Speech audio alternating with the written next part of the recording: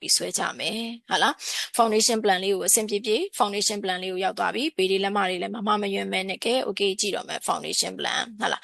foundation plan မှာကြည့်လိုက်တော့တဲ့ footing ကဘယ်နှမျိုးရှိမလဲဆိုတော့ F1 2 3ရဲ့ CF ဆိုတာကတဲ့ combined footing ဟုတ်လား CF က combined footing ဆိုတော့ footing ရှိမယ်9ပေပတ်လဲ6ပေပတ်လဲ6ပေခွဲပတ်လဲ9ပေ9ပေခွဲဆိုပြီး footing က4မျိုးရှိတယ်အဲ့ဒီမှာခြေတို့ကဆိုတော့သူ footing site ကလေးနဲ့အတိုင်းဘယ်မှာသွားကြည့်မလဲဆိုတော့ foundation plan မှာသူကဆွဲလို့ရအောင်ဆိုပြီးပေးထားတာရှိလိမ့်မယ် footing တွေအတွက်ဆိုပြီးအဲ့ဒါလေးလိုက်ရှာမယ်ဟလားဒီမှာတော့ column တွေတွေ့ပြီ C1 C2 ဟလားဆိုတော့ column ၄ရောက် plan ဆွဲချင်တာမဟုတ်သေးဘူး foundation plan ဆွဲချင်တာဖြစ်တဲ့အတွက်ခြေတို့ပေးထားမယ် foundation ပေးထားမယ်ကောင်လေးလိုက်ရှာမယ်ပပုံကအထက်အောက်ကဒီမှာ foundation ဟလာနော်ဆိုတော့အပြင်မှာ print ထုတ်ထားရင်တော့ပို့ပြီးတော့မြင်မယ်ပေါ့ဟလာနော်ကဲဆိုတော့ချက်ကလေအများအားပြောတယ်ဟဲ့ color လေးနဲ့ color line ပင်လေးတွေသုံးပါ line ပင်လေးတွေသုံးပါလို့ပြောတယ်နော်အခုဒီမှာအသုံးဝင်လာပြီစပြီးတော့ချဲတော့မယ်ဟလာဆိုတော့ဒီမှာဘာလေးရှိမလဲဆိုတော့ draw နဲ့ပဲချဲပါမယ်အနီလေးနဲ့ပဲဟလာဟုတ်ပြီချင်မယ်နော်ဘာကိုလိုက်ကြည့်မလဲဆိုတော့အရင်ဆုံး footing က9ပေပတ်လဲ footing လေးလိုက်ကြည့်မယ်ဒီမှာ9ပေပတ်လဲ9ပေပတ်လဲဒီမှာ9ပေပတ်လဲမှန်သမျှကိုဒီကာလာလေးနဲ့လိုက်ချင်မယ်ပေါ့ဟုတ်လားဒီမှာအလဲကောင်းလေးမှာ9ပေပတ်လဲမရှိဒီမှာ9ပေပတ်လဲ9ပေပတ်လဲဒီမှာ9ပေပတ်လဲဒီနော်ဒီမှာမဟုတ်ဘူးဒီမှာ6ပေပတ်လဲဒီမှာတခုချင်းစီစိတ်ရှည်ရှည်ကြည့်သွားပါအဲ့ဆိုတော့9ပေပတ်လဲတွေ့ပြီဒီမှာလည်း9ပေပတ်လဲโอเคအဲ့မှာ9ပေပတ်လဲ footing လေးတွေအဲ့လိုလေးတွေ့လိုက်ပြီနောက်တစ်ခုကာလာနောက်တစ်ယောင်ယူရအောင်ဟုတ်လားကဲဒီတစ်ခါ6ပေပတ်လဲလေးပေါ့နော်ဒီမှာ6ပေပတ်လဲ6ပေပတ်လဲလေးတွေ footing လေးတွေ6ပေပတ်လဲx axis တို့ရင် x direction တိုင်းပဲသွား y ဆို y direction တိုင်းပဲသွားနော်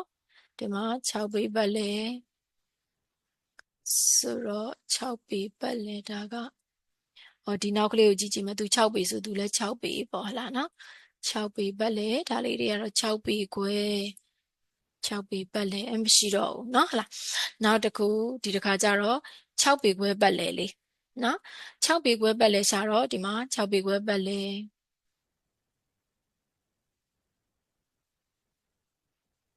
အဲ့လိုချဲလိုက်ပြီဆိုတာနဲ့မတူတာတန်းပြီးတွေ့လာပြီဘာလဲဆိုတော့6ပေပတ်လဲ6ပေခွဲပတ်လဲဒီမှာfooting မတူတာတွေတူတာတွေမျိုးလုံးထဲမှာထင်းထင်းရှားရှားမြင်ရပြီဒါကတော့ရှင်းတယ် combine footing နေဟဟလားကဲဆိုတော့ချက်က footing လေးတွေစပြီးတော့ဆွဲမယ်ဟလား footing လေးစဆွဲမယ်9ပေပတ်လဲ footing လေးကဘယ်မှာရှိတာလဲဆိုရင် 1C မှာရှိတာ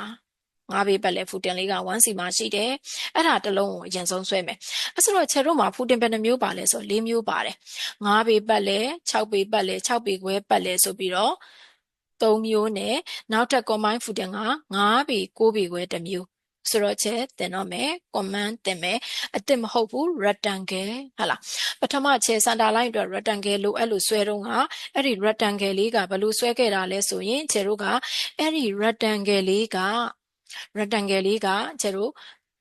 dimension အတိအကျမရှိဘူးဟုတ်လားအခုက dimension အတိအကျနဲ့ဆွဲမယ်ဘယ်နေရာမှာလဲဆိုတော့ဒီလိုထောက်နေရာလေးဖြစ်ဖြစ်လွတ်တဲ့နေရာအပြင်မှာเนาะ frame ရဲ့အပြင်လွတ်တဲ့နေရာမှာဆွဲရအောင် REC under first point direction ပြမယ် shift နဲ့ h နဲ့ key လေးကိုနှစ်ခုတွဲနှိပ်ပြီးတာနဲ့ x axis ကရှေ့ကအရင် y direction ကနောက်ကထည့်မယ်ကျတို့ကတော့အခု9ပေပတ်လဲတူတူဖြစ်တဲ့အတွက်9ပေကောမာခံရမယ်နော်9ပေဆိုရင် x တကွက် y တကွက် enter ခောက်လိုက်ရုံပဲဒီလိုဖြစ်သွားပြီဟုတ်ပြီနောက်တစ်ခု enter တစ်ချက်ခောက်လိုက်ပြီ rectangle ပြောင်းဝင်သွားပြီ first point direction ပြမယ် shift နဲ့ h နဲ့ကို click လိုက်မယ်နောက်တစ်ခုက6ပေပတ်လဲ footing ဖြစ်တယ်6ပေ6ပေ enter နောက်တစ်ခု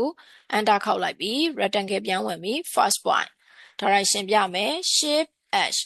ဘယ်လောက်လဲဆိုလို့ရှိရင်ကျတို့က6ပေခွဲဖြစ်တဲ့အတွက်6ပေ6 6ပေ6ဟုတ်လား ဒီလိုဖြစ်သွားပြီကာလာတစ်ခါတည်းခွဲရအောင်ဆိုတော့ဘာထားမလဲဟုတ်လားချက်ကကာလာလေးတစ်ခါတည်းခွဲမယ်6ပေပတ်လဲကာလာထပ်ပြီးတော့ခွဲရအောင်6ပေပတ်လဲနောက်တစ်ခု6ပေခွဲပတ်လဲ6ပေခွဲပတ်လဲကာလာတစ်ရောင်ထားချက်ကအရောင်ဖြော့တာသုံးတာနော်ဆွဲနေတဲ့အချိန်မှာ channel စင်တူဖြစ်စရာမလိုဘူးเนาะကိုကြိုက်တဲ့ကာလာကိုဘာသာကိုအဆင်ပြေစိတ်ကြိုက်ဆွဲသွားဟလားနော်အဲဆိုတော့ဒါရသွားပြီဆိုတော့မှဖူတင်လေးနေရာထားတော့မယ်enter ဆက်လက်မှတ်လိုက်မယ်ပြန်ပြောမယ်နော်နေရာ 1C နေရာကို9ပေပတ်လဲဖူတင်ကိုရွှေ့သွားတော့မယ် enter ရွှေ့ခြင်းနဲ့မန်ပါလေးကိုဆက်လက်လိုက်ပြီး enter ခောက်လိုက်ပြီးအဲ့ဒီလို enter ခောက်ပြီးပြီဆိုရင် mid point လေးလိုချင်တယ်ဒီမှာဘေး frame တန်းလေးကိုတွားပြီးတော့ကာစာလေးရွှေ့ရုံပဲရွှေ့တာရှောက်မကလစ်ဘူးเนาะကာစာလေးရွှေ့လိုက်တာနဲ့ mid point လေးပေါ်လာပြီအဲ့ဒီ mid point လေးကို1 click လိုက်မယ်ပြီးလို့ရှင်ဘိန်းလေးခြုံမယ်ချက်မယ် 1C မမှားစေနဲ့เนาะ 1C ဆိုရင်ဒီမှာပေါ်နေပြီဒီမှာဒါ dimension ထောက်ထားတဲ့ဒီ mid point cross point အဲ့ဒီ note ဆိုတဲ့ကောင်သားမှာထားလိုက်ပါရောက်သွားပြီကဲအဲ့ဒီတော့မှာ9ပေပတ်လဲတွေက drawing ကိုကြည့်ရင်ဘယ်နေရာမှာလဲဆိုတော့ 2A 2B မှာနှလုံးရှိတယ်အဲ့ဒီနေရာကိုသွားထားမယ် CO enter ဆက်လက်မှတ်လိုက်မယ် enter ခောက်မယ် mid point လေးကနေကြိုင်မယ် 2A မှာဒီလို cross point လေးပေါ်တယ်เนาะဒီမှာじゃ cross point မပေါ်ဘူး note point ပေါ်တယ်ဆိုတာကခြေတို့အဲ့ဒီမှာ dimension line စထောက်ထားတဲ့ point မို့လို့เนาะ note point တလို့မလွတ်ဘူးเนาะ copy မလွတ်ဘူးတွေ့တယ်เนาะဒီမှာတွေ့လား copy ဒီ command ဝင်တယ်ဆိုတော့မှပုံလေးကိုသွားပြန်ကြည့်မယ်ဘယ်နေရာမှာလဲဆိုတော့ 6AB 7AB 11AB ဟုတ်လား 6AB 7AB 11AB သွားထားမယ်ဒီမှာ6ကလေး 6A 6B 7A 7B 11A 11B ပြီးပြီဟလာနောက်တစ်ခုထပ်ကြည့်ရအောင်ဒီမှာနောက်တစ်လုံးဘာလဲဆိုတော့ 12C ဟလားအဲ့တော့ 12C ထားလိုက်တယ်ဒီလိုလေးဖြစ်သွားပြီ save လုပ်ပါဟလားနောက်တစ်ခုဘာရှိမလဲဆိုတော့ခြေတို့ဖူတင်နောက်တစ်မျိုးရွှေ့ရအောင်ဘာလေးရွှေ့မလဲဆိုလို့ရှိရင်ခြေတို့ဒီမှာဖူတင်လေး